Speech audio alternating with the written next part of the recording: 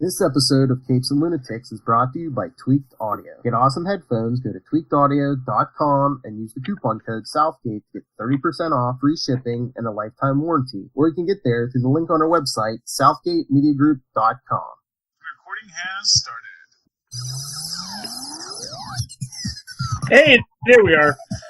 Good morning, kids. It is I, Charlie, the Professor Esser, and welcome to the Superconnectivity. I am your host, as previously stated, and with me in the blue headsets that just bring out the blue in his eyes. Phil, me, and Perich. That's the guy. Yep, there we go. Yeah, do the Batusi. Batusi. Okay, hey. Speaking of Batusis, I like Shazam, and if you want to hear how much I like Shazam, you gotta scroll up or scroll down, scroll to the left or the right, and listen to this special episode of Capes and Lunatics tomorrow. Episode 99. Episode 99. Flip it upside down, that's just 66. Nothing you can do with that. That's just two people kissing. Just saying, man. Just saying. Episode 99. When we, the Capes and Lunatics community, will discuss Shazam. Shazam! I was disappointed that Gomer Pyle was not in it, but aside from that, that is the one flaw in otherwise pretty good movie. Okay. You want to do this kind of different than normal and just start off with comic books, or do you want to talk Cloak and Dagger first? Whatever you want to do. Do it up, sir.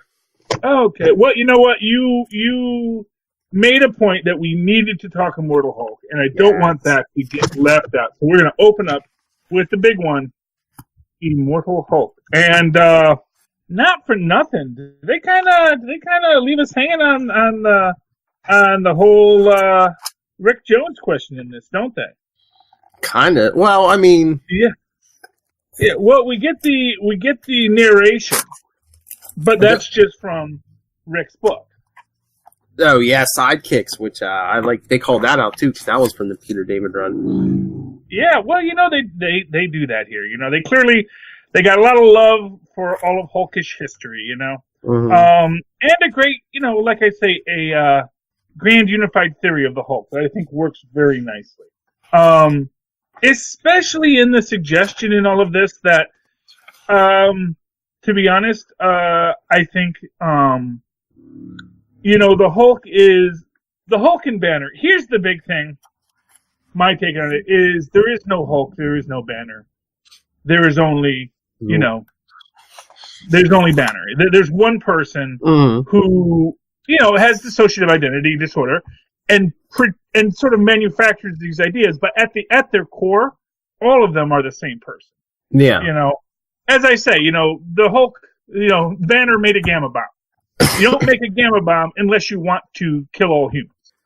I think, between the dissociative disorder and, I don't know, well now actually after having a literal bomb dropped on him, I think there's at least a good part of Banner in there that somehow is just like, I have to set up all these, roadblocks for myself to kind of keep myself from either, trying to take over or destroy the world. So it's like, yeah. Well, if this happens, this Hulk pops out. If this happens, this Hulk pops out. Remember Professor Hulk? Remember when he was, there was a thing in his head where if he got too mad, he turned into like, what was like the Savage Hulk, but in Banner's body. Yes. Oh, that was fun. But what I'm saying is that in the end, the Hulk was Banner. That basically Banner was already smashing things with his bomb. Yeah.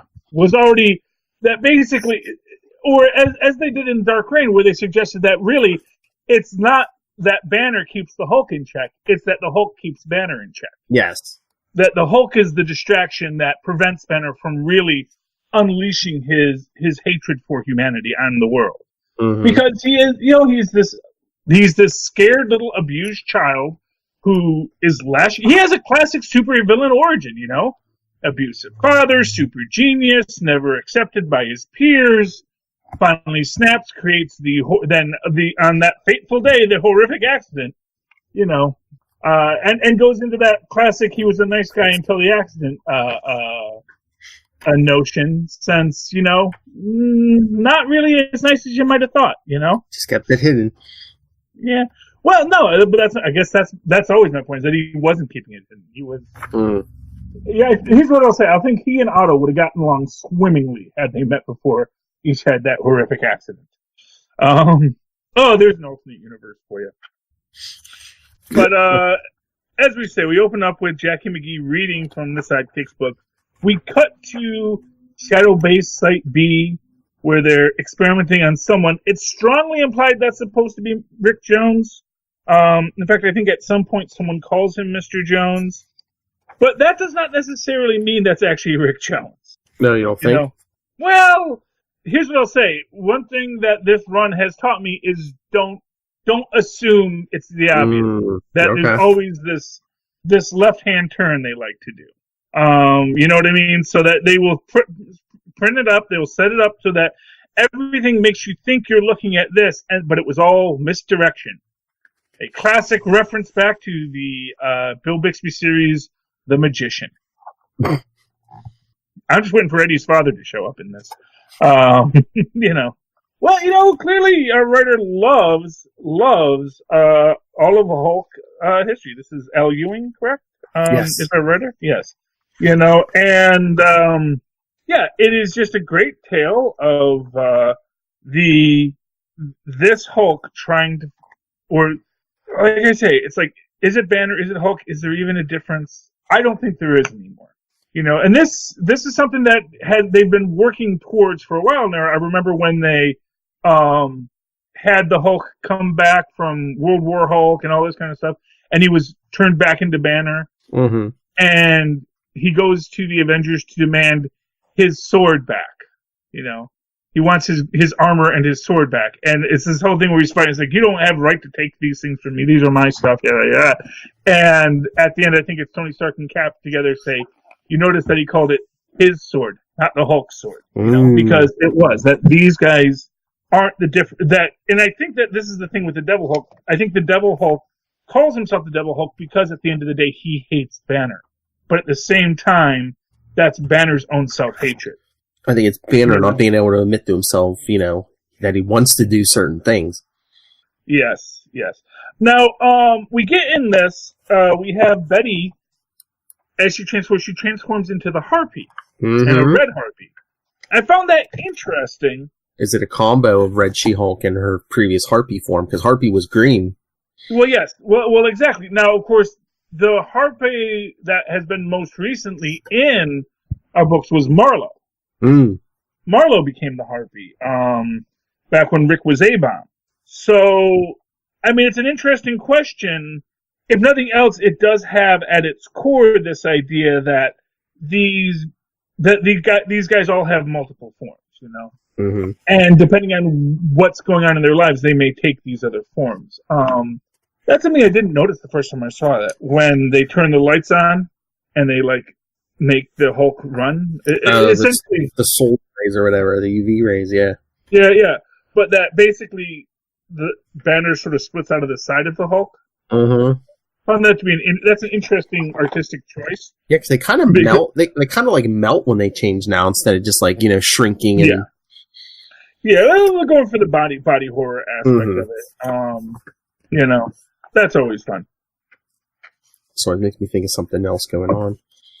Yeah, and this is interesting, of course, when it all goes down, and they have the lights on, but of course, what's neat is that he, of course, runs into the shadows. Mm-hmm. Now, why should the light and not for nothing, this is this weird psychological quality of it, because the light shouldn't change whether or not Banner becomes the Hulk or not.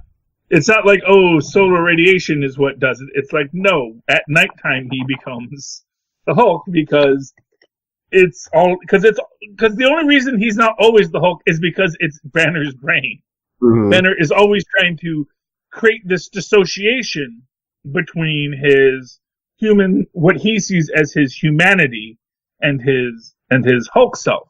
Well, if you remember back in the Hulk run, when Mr. Hyde came after them, the great Joe Fixit came out and the sun wasn't completely down yet, and Mr. Hyde was like, it's not just the sun. He's like, you're just ashamed of what you are. I'm not ashamed of what I am, because even Fix-It brought that up a few issues later when they were getting the Super Skrull was about to kill them.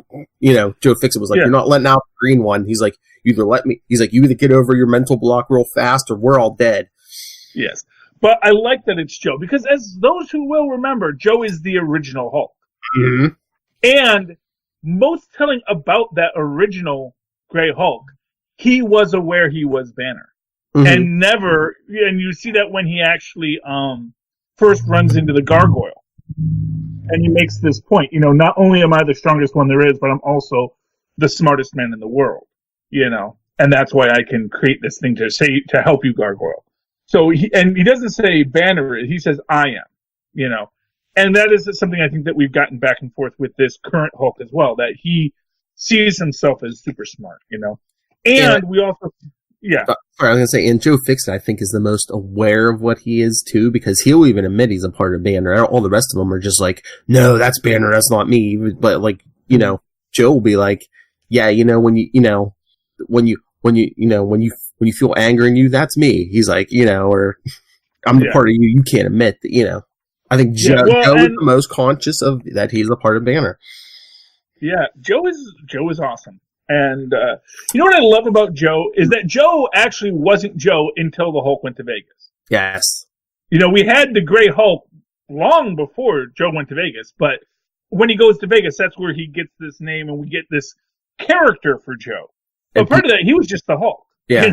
And when Peter David flipped the script, before that, it had always been Banner trying to make a life for himself and the Hulk messing it up. This time, it was the reverse. Hulk. Yes. Joe found a way to repress Banner, and guess what? He was afraid that Banner was going to come out and ruin his life. Yes, which of course Banner did. Mm-hmm. Because not for nothing, again, the Hulk, left to his own devices as Joe Fix-It, actually was just living his life. Banner's the one that wants to destroy the world. You know what I mean?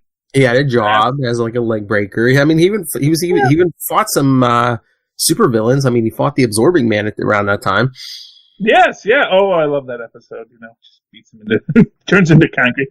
Why do you turn into concrete when you're fighting anyone? It's like, that's not a good idea. At least with Hulk strength, Hulk can shatter concrete. Yes, well, exactly. It's just, it is just a continuation of this very great run. I actually, I was listening to the Wait What guys talk about this, where they basically said that it's kind of, what they said, it's kind of like Alan Moore's Swamp Thing, where it's really awesome, and then no one is ever going to be able to write the Hulk as good as this ever again. That basically, it really, which I don't, honestly, I think that I've read some pretty good Swamp Things that Alan Moore didn't write, but, I think that this really takes the Hulk in a great new level and reveals a lot. And like I said, I love the fact that we tease Rick throughout it and we never get him. Yeah. That we never get him tells me. Now, here's a real interesting question. Since we do see these different forms coming up, will we see A-Bomb or will we see Rick Jones Hulk? I don't know. Rick Jones Hulk? Yeah, because they were like, remember they were experimenting on him, and then like he kind of, what was it, like a cocoon or something, where it like. Yeah, and it's got well, and again, assuming that's Rick. Yeah, but ooh. I was because at first I was gonna say, what if he comes out as like a green A-Bomb or something? Yeah, well, you know who that also could be. That could actually be Emil Blonsky. Yeah, that could be Blonsky. Mm-hmm. The Abomination. Yeah, because I was just looking at that right now. I'm like, that kind of looks like Abomination. Yeah. So who's to say that it was Rick? They dug Rick up, but or someone dug Rick up. Again, this idea that we're assuming that what's being shown is what we're getting. Remember, Samson dug himself up. Well, or to be more specific, the Hulk dug him up first. Yeah, but I mean, I think in the flashback the last time they must have put him back, because I believe they showed Samson like breaking out of his own grave. Yeah, and again, yes, and again, this is all post Franklin putting stuff back. Of course, yes. That's always the weird thing about this, is that this exists in this world that has been restructured. So Very interesting. But yeah, I mean, Immortal Hulk is just a great book. I gotta say, was it my favorite? I mean, yeah, I guess it's probably my favorite book I read this. Well, my favorite book that came out this week. Probably the favorite book I read this week was probably Squirrel Girl. Squirrel Girl 50, or I'm sorry, technically was Squirrel Girl 42, celebrating 50 issues, although they go because it was originally 8 issues and they renumbered at 1. And it's just a great piece because you have her fighting Kang. And basically, every time Kang tries to do something using time travel to defeat them, he realizes that she actually had done something in the past that prevented his plan from working, and so he keeps on going back and further in the past. It's just such a fun with time travel story, and I really liked it. It's a great place to jump in if you really want to get some fun Squirrel Girl reading done. I would say pick up issue 42, celebrating 50 years, because it was a lot of fun. Yes. Was there any books you liked this week, Philip? Let's see. I know you were talking about it, but did you read The Amazing Spider-Man 18.HU? Yeah. Oh, the man. Gibbon. You see, and I go so back and forth in this because I did like this. I love the Gibbon because of the Marvel Apes, and they do call it out at the very end. They call it out. Mm-hmm. And I guess technically they don't say he's dead. You know, he could just be passed out. You know, who knows? Who knows? Yeah, I mean, he looks like it, and two, you know the way comics are, that he could be resurrected at any point. Well, yeah, exactly. But they do call out the ape world, which I love. Marvel Apes is one of my favorite alternate universes, and I do like they were pretty comprehensive with his whole everything he's done, because they even called out the storyline from the Spectacular Spider-Man from the 90s where him and Grizzly tried to be like crime fighters.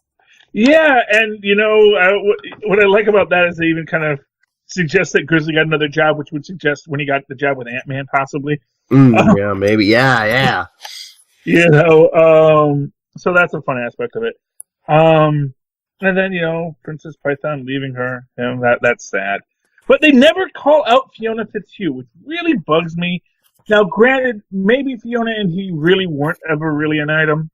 You know, that is a possibility that everyone just assumed they were dating because they were always together, but that really they were kind of separated. You know, but Fiona Fitzhugh is one of these characters that I really loved from that series. She's the one that creates the device that lets them travel to the ape world. Mm-hmm. And that she doesn't get a mention, it kind of bugged me a bit. But yeah, it really gives such a great, comprehensive story of the Gibbon and makes you really feel for the Gibbon. Which I already did. That's the thing for me. Is like I already felt for the Gibbon. I really loved the Gibbon as a character.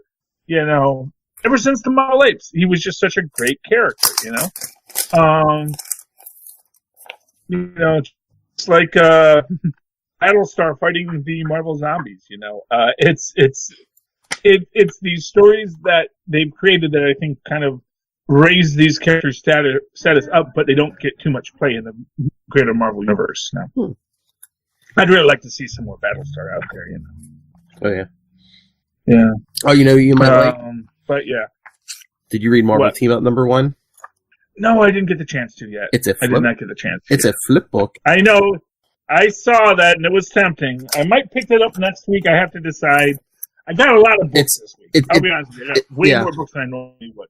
It's just interesting because it's a flip book, because it's the same story, but it's like from both their perspectives. The one story, you know, Peter Parker's perspective, and the other one's from Kamala's perspective. Yeah. Until they actually meet. That's pretty cool. And they have to face off against that horrible scientist, Miles Warren, the Jackal. Well, he is a jerk. Let's be honest here. Nobody likes Miles Warren. One of my favorite parts is when the Jackal does show up to steal this device. Peter Spider-Man says, "Oh, thank God you're here, Warren." He's like, "I'm not the most hated alumni of VSU here anymore." Good old Empire State University, where Reed Richards did not go. He went to New York State.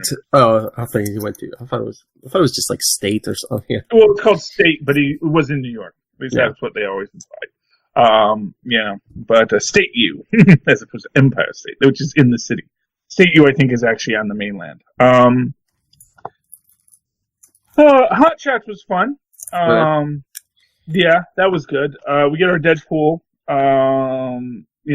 Gail Simone gets to write her Deadpool. So I'm surprised you and Lilith aren't reading this because it is a good book. It's apparently Tony Stark has sent Deadpool to retrieve the celestial nose goblin, MacGuffin. And at first, see, here's the thing. Here's what's weird to me. I don't think this is Tony Stark. Because first off, he's got the little mustache going. I don't think Tony Stark is sporting just the mustache at the moment. He's full Van Dyke right now, isn't he? Pretty sure, yeah. Yeah. So I get the feeling, because there's even this thing where they're sending these drones after. I think someone convinced Deadpool that Tony Stark was hiring him. I don't think Tony Stark actually hired him. It's like old AI or something. Could be an old AI. Could be the chameleon. Ooh. Guy got to work, Yeah. So that was pretty cool. Outlaw has been infected with the celestial nose goblin, so she's like a little out of it right now. Honestly, it looks like a gigantic space booger. It's this big green thing, and it's like, and it just fell to Earth. It's like, you know what? I don't think that's the cosmic. Well, it is. I mean, grants immeasurable cosmic power, but only because that particular celestial had a cold that week. That's my take on it. Has the Iron Legion going after them. So, really a lot of fun. Atlas Bear is a really great character. We got White Fox and Black Widow in here, and it's pretty cool. And then next week we're gonna go after some more Kirby Crackle. So next month. But no, I like Domino and the Hotshots. It's a pretty good book. Like I said, I'm not quite sure why they decided they need to branch out, but they did. What else you got for me, Philip? I know you read Avengers No Road Home number 8. Yes, I did. That's pretty cool. We get a nice little battle with Nightmare Empowered Hulk versus Nyx, with Rocket and Hawkeye shooting arrows as a distraction. I like what he says. What are on these arrows? One has a charge capable of blowing a hole in a Kree Star Cruiser. The other one is just really sharp. Yeah, and then we've got Hercules goes and squishes Ozzy. I don't know how to pronounce his name. Yeah. Oisius, yeah. The one who's like playing on all your guilt and despair, and then it's like, I'm Hercules, and I get up because I gotta fight bad guys, and then he gets to see he's just a tiny little worm, and he squishes him, as you do. And then Nyx lets Sunshine on Banner, or the Hulk, which turns him back into Banner. But Nyx now has 2 of the things and has to go to the house, and she doesn't know where the house is. I still say that's Agatha Harkness's old house. What do you think? It might be, yeah. I was trying to think, what else could that be? But yeah, I don't know. Do you put the idea in my head? But I'm like, yeah. Well, because no one else lives in a house like that. That's what I'm thinking. Not in the Marvel universe. I'm like, yeah, it's not. Yeah, I mean, it was a DC. They're going to the House of Mystery. Yeah. Unless they're going to go to the Amalgam universe, and it's the whatever house that was. They did have a House of Mystery thing, but I forget what they called it. It was like the House of Suspense or something like that. Okay. Champions was good. Oh. Yes. Everyone should be reading the Champions. Because I love the Mephisto story, because, you basically have Miles basically giving the reveal to Captain Marvel that, he made a deal with the devil. Meanwhile, then, while that's all going on, we jump back to this lady who's there to kill, what's his name? Nova. Kid Nova, I forget his name. But then she finds out he doesn't have any powers and realizes there's no joy in killing him. So she decides to take him into space to go steal back his helmet so that then she can kill him when he's fully powered. Which, not for nothing, that is clearly we're going to fall in love on this road trip kind of storyline, clearly. But, but the champions are a lot of fun, and the battle goes nicely, but the real story is, again, we get back at the end with Miles and Captain Kamala. And what's interesting is that one of the narrative conceits of this is you have Mephisto talking to Blackheart, who he's got chained up in hell, while he's torturing him. And Blackheart's like, I still don't get why you're doing this, Dad, and he's being real obsequious to him, which is kind of fun. But, he makes this point, like, well, I have all, me, I love to mess with the Spider-Man, with all kinds of Spider-Man. He's a Spider-Man, so I'm messing with him. But he makes the point that, by doing this, he was too pure a soul to ever actually make a deal with me. But by doing this now, it eats at him, and it feeds his doubt and feeds his fear, and that is what I love. And we're going to extend his torment, and hey, we got Cyclops back. I don't know if that's kid Cyclops, grown-up Cyclops. No, that's adult Cyclops. That's because I saw the solicit for it. Yeah, they were like, oh, he's finally reunited, but it's, it's adult Cyclops who, has the memories of, hanging with them when he was, Yeah, Jean Grey set up a mental block when the Teen X-Men went back. Like, once once they were gone, they would get those memories of that time when they were, came to the future. Yeah. And that leaves me with Captain America. Oh, I was gonna say, I'm sure you read Captain America now. Of course. I love Captain America. This is such a good book. Yeah, I mean, I still don't get what Lucan's ex-wife's thing is. With we'll tell everyone that he was really the other guy, just spreading the conspiracy, which I get, but also, like, people saw them both in the same place, It's like, I don't know, it's a lot to ask if you ask me, Well, one, other people can wear that suit, Charlie. We've seen that. And two, we're living in a world of Skrulls and clones and... Yeah. Well, but not for nothing, in a world of Skrulls and clones, isn't that actually the path of the more likely path, rather than, no, actually, Captain America was a fascist the whole time, all throughout World War II, all throughout all of his battles with Hydra, he's always been a fascist. Yeah, I know. But, unless she's just planting that seeds of doubt, because, there's just some people who are just waiting for an opportunity to be like, oh, yeah, maybe he is there. And we've got, Agatha Carter. Yeah, Agatha Carter here. Oh, God, it's like, really? She's 42. She is younger than me, okay? She is literally younger than me. But they do call out, Dimension Z ain't nothing but a letter, Sharon. Which is just, I don't know. It's just a weird way to approach it when she's 42. I know. And that's what's weird to me. It's like, how do they jive it? How do they jive that? Yes, 12 years in Dimension Z. Now she's so old, Now, this Dryad character, because I did not know who I actually thought that was supposed to be Black Widow, and apparently it's not. This is a character named the Dryad. Yeah, I don't know who that. I think it's supposed to be a mystery. That's why she's wearing that hood. But on later pages, it's looking like she's blonde. I was going to say, is that going to be like the real Sharon Carter? No, well, actually, who I think that is, I think that's what was her name? The original Zola's daughter from Dimension Z. Yeah, I know who you're talking about. I can't remember the name. Yeah.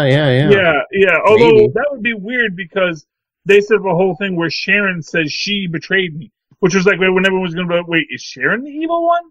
But that was also before Franklin put all the universe back. So who knows what reality is now? Yeah. But you will remember that when Sharon does come back, she makes this point that, oh yeah, she betrayed me. She's the evil one, blah, blah, blah. So that would be weird. But they also never resolved that because obviously she weren't, because I don't know. I don't know where they were going with any of that. Unless it's Free Spirit or something. Oh, it could be Free Spirit. Good old Free. I remember her. Anyone, or could be Diamondback. I don't know. It just has to take on a new name. But there is one other person who that could be. In the alternate universes, when they did the Secret Wars, there was a universe where Sharon and Cap had a daughter. That was the one where Ian goes to that universe because he gets in the infinite elevator and goes to this other universe just as the universe is imploding, and it drops him off there. And then when they go, they escape back into the infinite elevator and go to 616, floor 616, And then they never followed up with that again. So that could be her. In that case, she has like the Venom symbiote of that universe attached to her. Or even MC2. Well, I mean, that would be a little hard to get someone from the MC2 into this universe. That's the only thing. That character actually came into this universe is the point. Theoretically, anyway. So they never followed up on it. But her and Ian came back. So that could be her from that. But, we've got all these interesting characters now that we don't know quite who they're supposed to be. We've got Red Widow. Although I did find out that there was a Red Widow introduced prior to this. But she seemed very different. The previous Red Widow they introduced was like another Black Widow kind of thing, but she was like a teenager, and they wrote a young adult novel about her. Yes, I did read that. Yes, yeah. Yeah, but the Red Widow we're seeing in Avengers doesn't seem like that Red Widow. No. Yeah, it seems like a very different... Maybe it is. Maybe she's just gotten real hard and bitter since her last outing in the young adult universe. But or reprogrammed. Or reprogrammed. Anything is possible. But I gotta feel that new Red Widow is someone new. And this Dryad, I think, is someone... Or it's not someone new. It's someone that we've been introduced to, but it's someone that we don't know yet. We get the prison riot, which is pretty good. We see the Ferner. And the Dryad makes his threat against him, and and we also see, but you know what? See, she's fighting with a bow staff. And Zola's daughter. Yes. Also fought with it was Knight something or something like that. Yeah, because like right around the time when Steve handed off the shield to Sam Wilson, wasn't there like a woman in a robe or something too? Yeah. That was her. Yeah, I mean that was her, and she had like a bow staff, and that was her whole thing. But then that was the whole issue with Sharon accusing her of still being loyal to Zola. Now maybe they're gonna reveal no, that was actually just this whole triple level. We needed someone to go inside to Zola's operation to feed us the intel, and she was the best person to do it, and that's why we did that. Oh, that's what that is. Okay. That final panel, I did not know what that was supposed to be. But I guess that's maybe supposed to be Sharon? What? The last panel in Captain America. Because they show someone watching the prison riot on their phone. Oh, yeah. Is that supposed to be Sharon? Maybe. And again? Yeah. That's what I got when I read it. Yeah. Not only is she 42, but she's also like a super healthy 42 who exercises regularly. I mean, Marvel! Stop it. Anyway. Yeah, but that was comic books this week. A lot of great comic books. Oh, so you didn't read War of the Realms #1? Oh, no, I did read War of the Realms. Sorry, I just didn't get the chance to pick it up yet because they were out at my store. Yeah. But I did get it on back order, and I read it digitally instead. So. Oh, well, I didn't hear you crying, so that's why I didn't know if you read it or not. No. Crying. What would make me cry about that? Loki got his head bitten off. Oh! Spoilers. Please. Please. It's like... I know. It's like, it's different for gods, I know, because, I mean, look at the casualty list this issue. Odin, Loki. Yeah. Okay. Well, and again, we assume Odin's dead. We assume Loki's dead. That's that. In all these... And not for nothing... Ares was dead. Until he came back. It's like, it's different for gods. It's not the same. if death were the end, death would be the end, And we already know Loki's alive in the future, so he can't very well have died in the past. It is your classic Bill and Ted conundrum. But that's the thing. It's like him being eaten by his father is, and like I said, not for nothing. It's like the third time he's died recently. That could be a glamour. If they want to do the cheap out, it's a glamour. If they don't want to do the cheap out, it's the first issue. Exactly. There's plenty more where that came from. Basically, is what we can say. But I love some of the one-liners from Spider-Man in this, like when Freya's saying, "Indeed, the day we've long dreaded has come at last, my friends." And Spider-Man, one of us is getting a colonoscopy? Yeah, Spidey's very, very quippy in this one. Or when the Avengers show up to team up with everyone, and Cap's yelling, "Avengers assemble," and Freya's like, "For Midgard," and Spider-Man yells, "New York is for lovers!" Yes, which is actually Virginia is for lovers, not. I know. But, anyway, it's a lot of, great Spider-Man dialogue, but, it's very quippy. It's very Spider-Man being, but, if you go into the, old idea that he makes all the jokes because he's so nervous, then, he's just really nervous. Like, well, I mean, gods and monsters are walking the streets in New York now, because, Yeah, I love the Punisher in that one. Yes. It's just like so the Punisher. Well, guess I'm gonna have to kill a frost giant. Oh, mark my words, the trolls are also going to betray Malekith. Oh yeah. The trolls are, because when we see the trolls, they're actually pretty.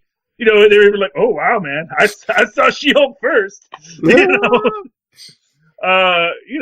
they're really clearly just like two guys from just out of infantry, and they're just like, "Oh, hey, man, I guess we're supposed to smash some stuff." That's what I'm going to listen to. So I totally get that. And if you'll recall, there was a whole thing with the trolls on the trolls have no land. Mm-hmm. And, they may give them Australia or Antarctica. We'll see. But I get the feeling that the trolls do eat people, mm-hmm. but they may want to eat other things too, They may be like, "Oh, yeah, we'll eat goats, sure, why not, we love Billy Goat's crap." Everybody knows trolls love goats. But, I thought it was funny when the Avengers show up with Thori and, Blade, and Daredevil's like, "That's the Avengers?" It's like, I'm as surprised as you are. Well, but not for nothing, this is actually the second team that Blade has been an Avenger on, so he shouldn't be acting so shocked that he's an Avenger, It's like, this is the main Avengers? This isn't like Secret Avengers or something? Well, like I said, the vampire storyline worked out at the end, so they turned me around on that, man. That tells you, and that's the mark of a good comic book. When you can really not be feeling the story, but then at the end you go, "Oh, okay, I see what you did there. And that is why, Marvel comics are really good comic books. Mm-hmm. At least the ones I'm reading, They probably have some lousy ones too, but I'm not reading those. And then a little movie, or should I say a big movie, is coming out in 3 weeks. Yes. Avengers 4, Electric Boogaloo. We've seen a lot of trailers. They're dropping new little bits of trailer here and there. Actually, I don't think I've said this on the show yet. So, my theory, remember when they had all that leaked footage that said, "Oh, why are the Avengers fighting in the Battle of New York again? Mm-hmm. Oh, clearly this is time travel. They're going back in time." No, this is Lewis's recap to Ant-Man at the start of the movie. I wish. It is totally it. That's why things are a little weird. It doesn't nothing matches up. Of course, because it's just Lewis just saying, "I know." That's lady's super fine. But no, that's my prediction. You are all that stuff that we're thinking is time travel, and that's why they released it to mess with your head, just like the Immortal Hulk, where they mess with your head. They let you think, "Oh, this is what it's going to be. This is what it's obviously what's going to be." And it's like, no, we really think we're that obvious. You think we're gonna? Oh, here's a major plot point. Oops, we left that out in this glossy magazine. We weren't supposed to release those photos. We're dumb. No. What if it is time travel? What if it's a means to an end? What if they I don't know, what if they're studying the stones or something?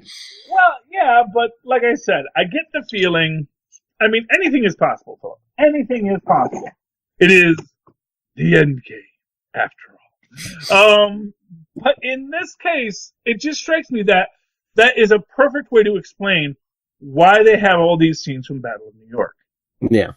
Because, again, it is this idea that if Lewis is telling this story, it's going to be, oh, well, okay, man, remember that guy from Battle of New York? And the Avengers, they were all fighting all these people, you know?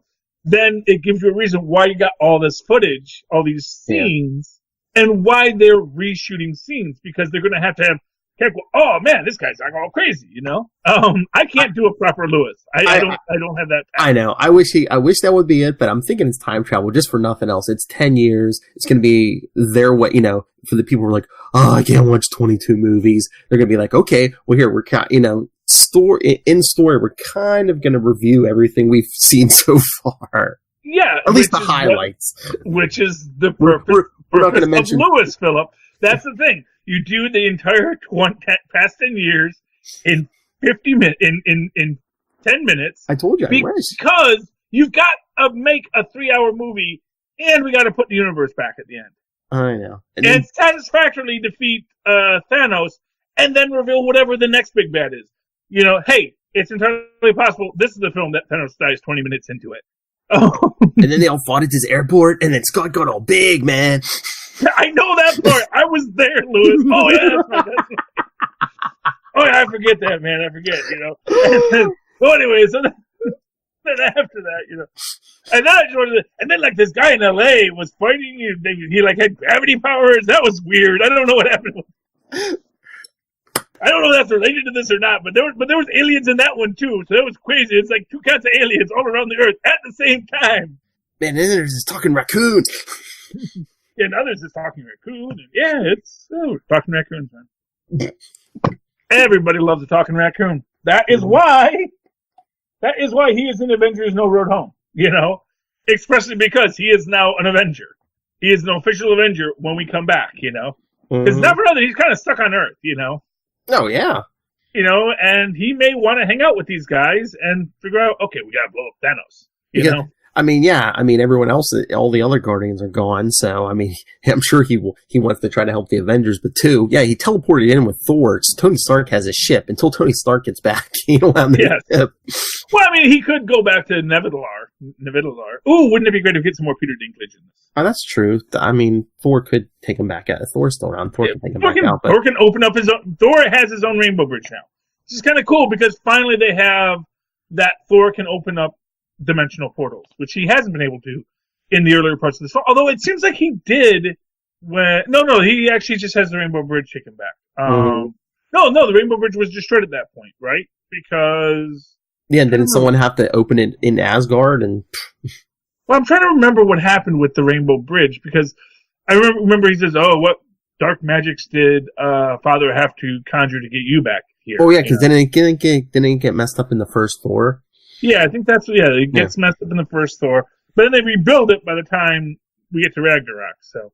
I don't know. But, yeah, so it's interesting. But anyway, but now his thing just totally just is its own dimensional portal, and that's useful. And, yeah. All right, before we run out of time, we want to do Cloak and Dagger? Yeah, let's talk Cloak and Dagger. Because that is a series that is back, you know?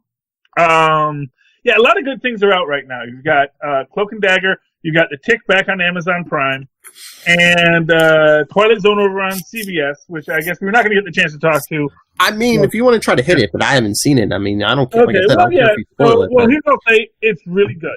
It is enough to make me say it was a great throwback to a lot of great Twilight Zones and even some Night Galleries. In fact, when it first started, I was debating, wait, is this just going to be like a remake of these other two comedian stories that one was on Night Gallery, one was on the revamped Twilight Zone. But no, it's its own original story, and it is so good. I mean, you kind of see where it's going early on, but it is so good. But beyond that, it's enough to make me go, if they had like one other show I really wanted to watch on CBS Prime, I might actually get this CBS All Access, but they really don't. I'm just not that interested in the Star Trek reboot. Yeah. You know, go to the future, man. I don't want to see more of the past. You know, but anyway, that's that. With Black Bolt Pike. I'm sorry, what? With Black Bolt Pike, you know, the guy playing Pike is played Black Bolt in that Inhumans. Black Bolt. Okay. So there's even less reason for me to watch it now. I mean, I haven't been watching it, but I'm just saying, yeah, it's I didn't even know that was the same guy. Well, yeah, because he talks in this one. Oh, okay. Doesn't have to make the stupid face. I don't know if that's an improvement, but okay. We'll have to see. But let's talk Cloak and Dagger. So we jump, and this is neat because, of course, it takes place, they say, 8 months later, which makes you wonder, is this still pre-snap? Is this post-snap? We don't really know. No references to the snap, though. So whenever it's occurring, and there was not really a lot of references that I saw to the rest of the Marvel Cinematic Universe in this. I did not think. Although we do get opening up with basically both Cloak and Dagger sort of doing their own solo superhero shtick. Mm-hmm. You know, Cloak is stealing money and drugs from drug dealers, which I don't know. Which again, it's interesting how that plays out. And then Dagger is out trying to deal with these people who are in the abuse support group, which is an interesting aspect as well. But in both cases, they both find it failing. What is interesting in this is that at the very end of the first episode, because we've got 2 episodes in one, it ends up with this whole thing about, you know, the high-level meeting between the gangs being disrupted by someone murdering them, basically. Mm-hmm. And this is what's interesting, is, you know, when Bridget shows up, she dismisses it. Now, of course, we all know Bridget is mayhem. We know that from last season. But of course, what happens in this is, and this is the big reveal, Bridget is now 2 people. Yep. And they kind of are doing that, what they did with Kirk, you know, when he got split into his, like, aggressive half and his non-aggressive half. And, you know, likewise what they did when they split the Hulk, you know, that, all the this is in this person, all that's in that person. And I gotta wonder if the point of this is that they are gonna have to sort of merge her personality back together again at the end of it. And I think that's what we're going for. Because I don't think we've seen any powers from Mayhem yet. They haven't shown them. Yeah, she hasn't. Yeah, aside from just being a basic BA. So I think basically what has happened is that her light and dark halves got split. Light and dark, you say? Yeah, well, you know, that's how the dark energy and the light energy, you know. And we're going to have to merge them back together. By the way, just real quick, getting back to War of the Realms, is it weird that, like, angels are, like, one of the realms here? And well, yeah, they created that 10th realm once they brought Angela into the Marvel Universe, because that's kind of where she's, you know. Yeah, but it's just that they're all like, but like that they're like Christian, you know, Yahweh-centric gods kind of a thing. It's kind of weird. Yeah. Or you know, that, okay, that they serve. I guess they wanted to keep that Angela was like an angel or working for heaven or whatever, so they kind of try to shoot. It's weird how they played that. I just found it weird, especially just, I mean, honestly, it makes sense in the Marvel Universe that, they're all just gods, man. They're all just extra-dimensional beings. But it's a bold choice to make. But, and I like that they're on the side of Malekith for no particular reason. It, like, makes no sense for them to be on the side of Malekith, really, you know. But maybe it's like the Shayir, where they're actually, you know, they're not really good guys. They just happen to be hanging out with the X-Men. Or the Shire, you know. It's like, or the Kree and Captain Marvel. So the Kree aren't good guys. Just because Captain Marvel was a Kree doesn't mean the Kree are good guys. But, I mean, that's how Todd McFarlane how they basically did it in Spawn, where it's like heaven wasn't necessarily like this pure good organization. They were just like the enemies of hell, you know. Yeah, but yeah, it's all very interesting. But I do like this new Cloak and Dagger. It certainly brings us into it. And it's interesting how, like, they've reversed the roles where, like, now it's Tyrone living in the church, you know, basically homeless, and Tandy has, like, this family life with her mother. Yeah. Yeah, well, you know, because they got they got their old lives back, and And now it's sort of the balance, because when we opened up originally, Tyrone's, he's going to the elite school, his family's doing well, and now it's, because of course Tyrone has warrants, because I believe the crooked cop got sucked into the cloak and never came back out. Something like that, yeah. Yeah, which makes me wonder if they're going to get him out of that cloak eventually. Maybe. I don't know what happens there. And even Tyrone, even though he's doing it for more honorable purposes, you could say, but I mean, he's ripping off drug dealers, where remember Tandy was ripping people off in this first season. Yeah, well, exactly, yeah. And that's kind of like a weird thing to say. I don't know why Tyrone doesn't keep the money. That's one thing you can always say about the Punisher. At least he kept the money. Yeah, I mean, he's living in the church. I mean, I could always see him pocketing 20 or 40 for food, food or something. But well, I mean, just give a nice big sack of money in the church, Or why is he? Oh, I guess I don't know if he's trying to get evidence, but why he's giving it to Bridget? I was like, why don't you just give it? Drop it. Charity or something. Interest, but more to the point, it doesn't actually. It's not evidence of anything. I know, that's what I'm saying. Why is he handing it to Bridget? Why, if he doesn't want to keep it, why, if he wants to do good with it, why doesn't he just drop it at a charity or an orphanage? Well, I think because at the end of the day, he doesn't know the process. Yeah, it's like when Spider-Man would web up a guy and drop him off at the police station. It's 9 times out of 10, they're they'd hold him and they'd say, well, can we make is there any kind of evidence we can put him towards a crime? And if you just kept your mouth shut, and remember one of the foes of Spider-Man, what they do, and then one of the guys was saying, these costume guys, they're not cops. Just keep your mouth shut. 24 to 48 hours, they usually bounce you because they really don't have anything to hold you on. Well, yeah, that's what I was thinking about that the other day. If Spider-Man webs you up in front of the police station, how is there even, unless you have security camera footage, how is there even proof you're at a crime scene? Yeah, well, and I suppose there is some ways to work that, and we can talk about that a bit with Shazam tomorrow, where that if you do a big enough presentation of your crime, then, it's everyone knows, Well, I guess in this day and age, if you pull off a big enough superpowered crime like that, there's 20 camera phones on you.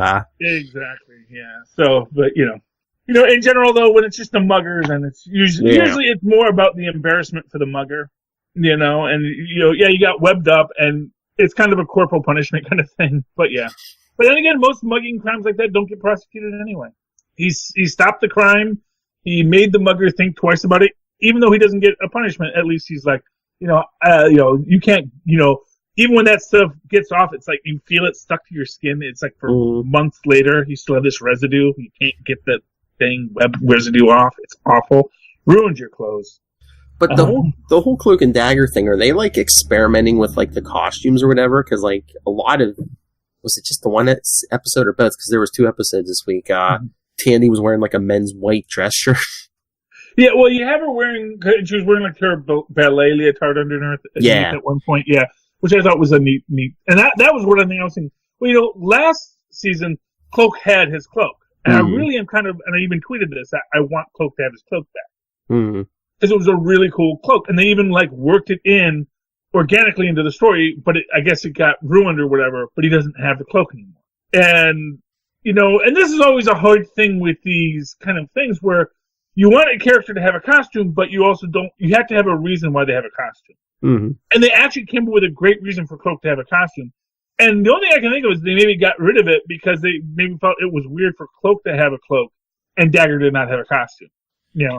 Because they found a perfect way for Cloak to have a costume and no way for Dagger to have one. That's what I was going to say. I'd be fine with her wearing what she wore this week. Like you're saying, the ballet leotard underneath, and then just that big, shirt over. The shirt dress, yes. Yes.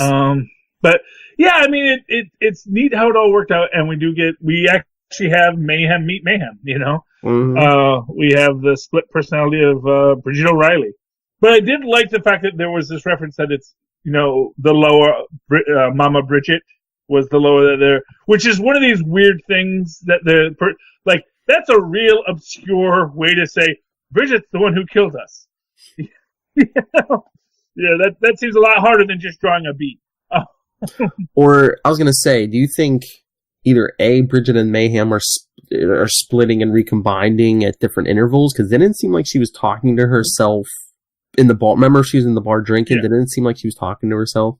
Yeah. Well, when she comes out of the bar and she like throws up, and that's when we first. But then it's like in the reflection. Yeah, but I mean, she could have been hallucinating that, or Well, yeah, or she was just right there behind her, you know. Yeah. Or she's like Multiple Man, where the other person just shows up, you know.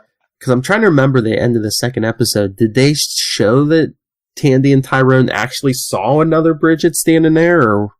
Yeah, I believe they did. Okay, because it looked like they were looking at something, but then I'm just going to say, in the next episode, are they going to look at her and be like, "What are you looking at? There's nobody there." Yeah, well, no. But actually, the thing is that clearly the timelines, and this is why it actually, because we see Bridget in the bar get the call about the murder. Mm-hmm. Although she does show up very quickly thereafter, you know. Although actually no, because I think actually it was Cloak and Dagger who called her, and then she covers up for it. She calls into the cops. So. Well, yeah, the Cloak and Dagger call her. She gets to the crime scene, and then at least one of them calls the cops, and yeah, so we're not quite sure what is happening here, but it does clearly look like when they separate, and that's the thing, is I think when they're together, maybe they're the integrated personality, but then when one of them splits off, that's when they get the separation. Yeah. And I think that's sort of where we're at with that. So it's a good start. I'm really looking forward to this on Thursday nights. I got to live tweet it because Maz was still sick. But we'll have to see hopefully Maz gets better soon, man. He's having a rough go, but we'll see. We got to get back on the Punisher. Got to get the Punisher done before Agents of S.H.I.E.L.D. starts. Yeah, but I think I don't know if it's either maybe I know it's sometime after Endgame, so yeah. Well, it's like next month, but Endgame isn't until like the end of this month. So yes. Yeah. So we got a little time, but we've only done 2 episodes and there's 13, so we got 11 more episodes to do. Oh yeah. So yeah, a lot to do, man. Anyway, but we can split them up. We can get it done. Okay. Anything else you want to talk about this week, Philip? No, I think we hit a lot in a good amount of time. Yeah, we got about an hour, so I think we're where we need to be. Lilo can't tell us otherwise. Yes. To inform our listeners, it's season 6 of Agents of S.H.I.E.L.D. that's coming up, right? Mm-hmm. It looks like episode 1 is May 10th. May 10th. So we got a little time. So a little over a month, yeah. Yes, but scroll up, listen to our talk about Shazam. Shazam could be big. We'll see if it gets the word of mouth. Hopefully it does, because like I said, I think that this should do better than Aquaman. If it doesn't, it just tells me that DC fans don't know what quality is. But yeah, I think that it's, in my opinion, it should. But yeah, this should be as big. Honestly, if there's any justice in the world, this should be at least as big as Captain Marvel. I'm big on. Yes, well, that's my opinion. Philip, how can people reach you if they would like to give you their opinions on the bigness of Captain's Marvel? If you want to tell me how bigly Captain Marvel or Shazam is, you can always email me, nightwingpdp@gmail.com, and on Twitter, I am @nightwingpdp. And if you want to contact any of the Capes and Lunatics, you can always call the voicemail 614-382-2737. That's 614-38-CAPES. And of course, you can always write to me in that old-fashioned email way, the way I'm awesome possible, instead at superconnectivityblog@gmail.com. That's superconnectivityblog, all one word, @gmail.com. Of course, follow me on Twitter and then live tweet Agents of S.H.I.E.L.D. and Cloak and Dagger and all these other shows when I get the chance to. The Orville @Charlie Esser. That's CHARLIE. ESOCR. That's the 2 E's in the middle. For quality. Bing! There you go. Ladies and gentlemen, this has been another episode of Super Connectivity. Please super connect with us again next week. Good night.